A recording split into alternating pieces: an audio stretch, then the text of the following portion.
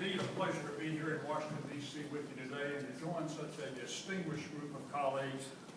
When you look at this group, you see they are very varied in background, political parties, etc., but we all share one thing in common, and that is we believe that the MEK should be taken off the FTO list today.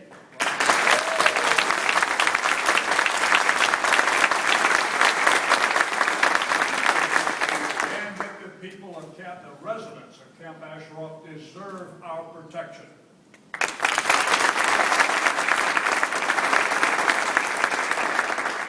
On the 8th of April this year, we all witnessed, thanks to YouTube, in the middle of the night, the Iraqi forces invading 2,500 members of the Iraqi forces invading Camp Ashraf and killing and severely wounding innocent civilians. Maliki forces did not stop there. They went on to deny medical attention to those that were very seriously injured, actually placing restrictions on the type of medical care that they could receive. And then they went on to loot treasures of the people of Camp Ashraf, valued at somewhere in the neighborhood of $9 million. They restricted the residents of Camp Ashraf from going to the cemetery to bury the dead. And they continued to bombard the residents of Camp Ashraf with those 280 loudspeakers shouting out obscenities at the men, women, and children that lived there.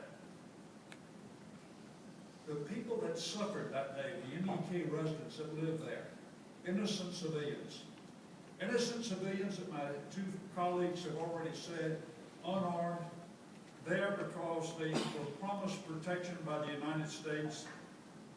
They were individuals that had supplied vital information to the United States about the IEDs that Congressman Kennedy referred to, the improvised explosive devices, during the worst days of the Iraqi war.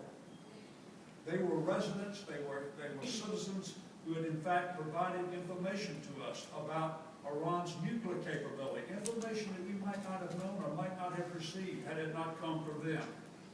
And yet, as they were attacked, we failed to act.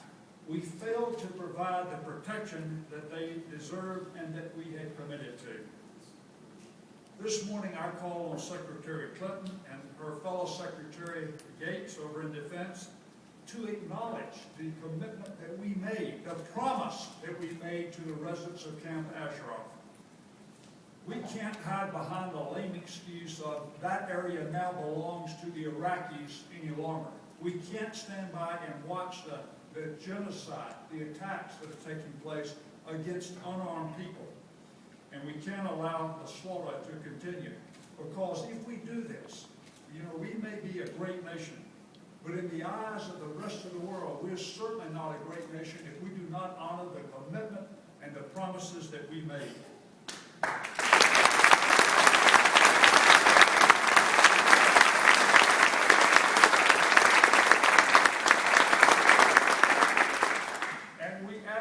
Dishonor the thousands of American troops that died or were severely injured there to provide Iraq with an opportunity to have a safe, secure, and stable environment, when now the government that we have left them with has carried out these vicious attacks against these unarmed civilians living there with the promise of protection from the U.S. As a former leader of our armed forces, I can tell you I am not only embarrassed, I am frustrated by what has been allowed to happen, and that it has been allowed to happen without consequences. Undeniable, unexplainable as to how we could allow that to take place. U.S. soldiers and Marines, and especially our great allies, the UK troops that died on Iraqi soil, did so in order to provide Iraq with the opportunity for democracy and for the rule of law. They did not die or suffer these devastating injuries in order to allow Maliki's forces to massacre and kill fellow Iraqis or to kill Iranian civilians living on Iraqi soil.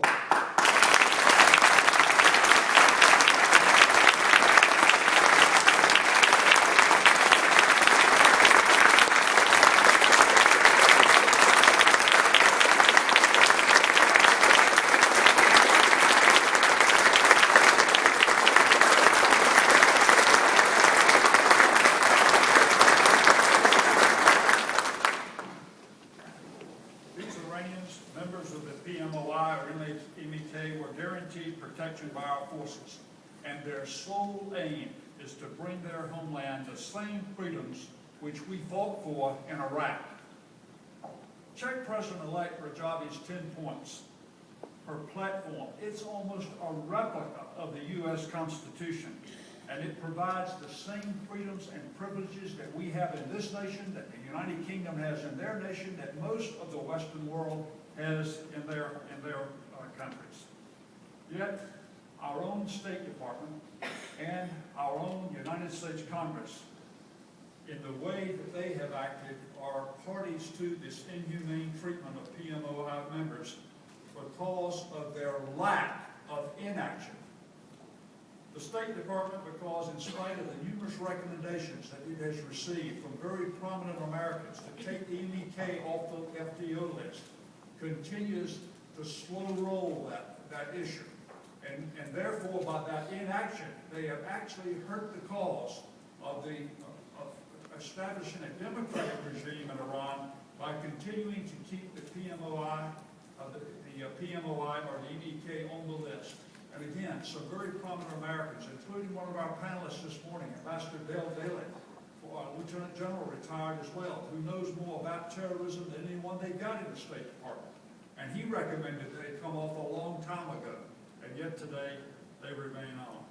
Our own Congress has failed to act decisively because they, in fact, could bring a lot of attention to the issue through the funding provided to the State Department, by the controls that they could place on that funding until they get off their duff and take action to rule on this issue. I mean, let's look at it from a common sense standpoint. The EU and the United Kingdom took the PMOI, the MEK off the list years ago. What are we waiting for? We ought to do it today.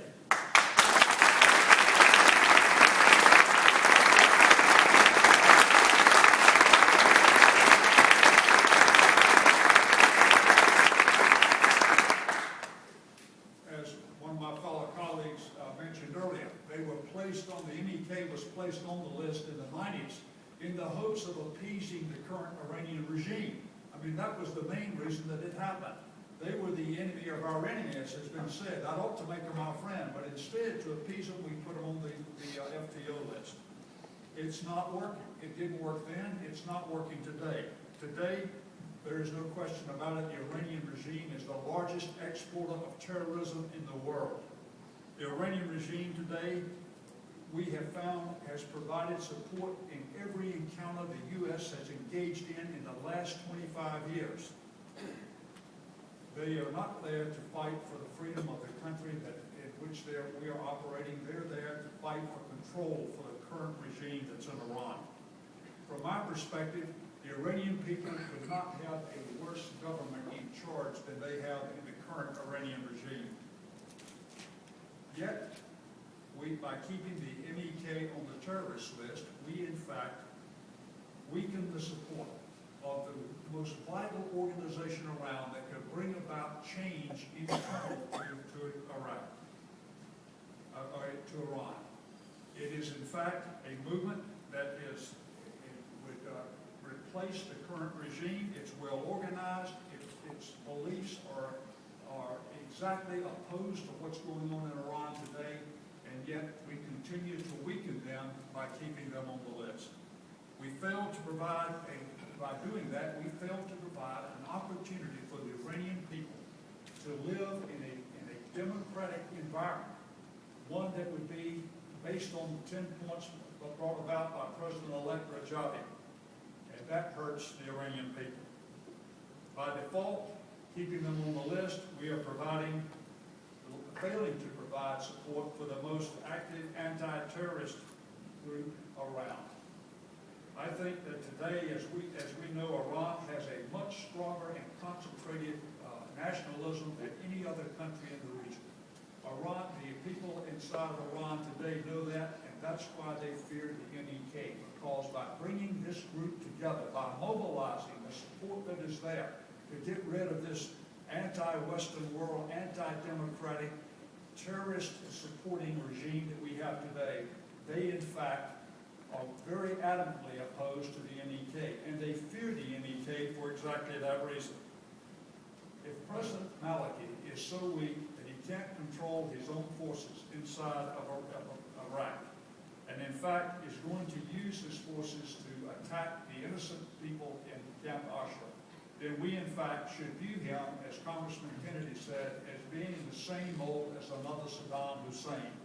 We should in fact recognize that he is nothing more than a puppet of the current Iranian regime, and consequently we need to bring all of this together, and the way that we do that is by removing the MEK off the FTO list, and by using the power within our State Department, within our Congress, to encourage the State Department, if you will, to get off their rear end and change this designation so that we in fact have an organization that is recognized as one that is anti-terrorist and can help the Iranian people.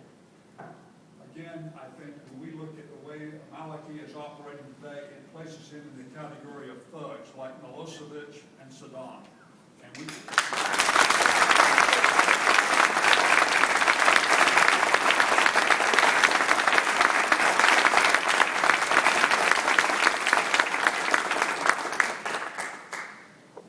today, hopefully, when President Obama addresses the nation, we will hear words that will give us some insights into where he's headed.